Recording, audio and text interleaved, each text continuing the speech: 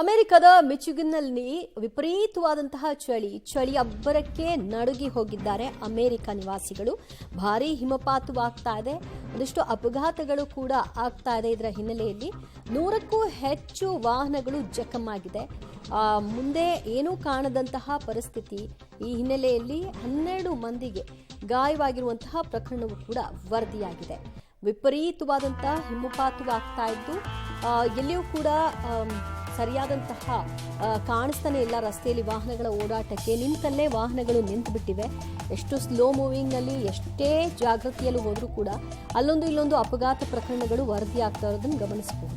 ಹಿಮಪಾತ ಒಂದ್ ಕಡೆಯಲ್ಲಿ ಚಳಿ ಜನರನ್ನ ನಡಗಿಸ್ತಾ ಇದೆ. ಎಷ್ಟೇ ಬೆಚ್ಚಗಿದ್ರು ಕೂಡ ಕಮ್ಮಿ ಅನ್ನುವಂತಹ ವಾತಾವರಣ ಅಲ್ಲಿ ಇದೆ.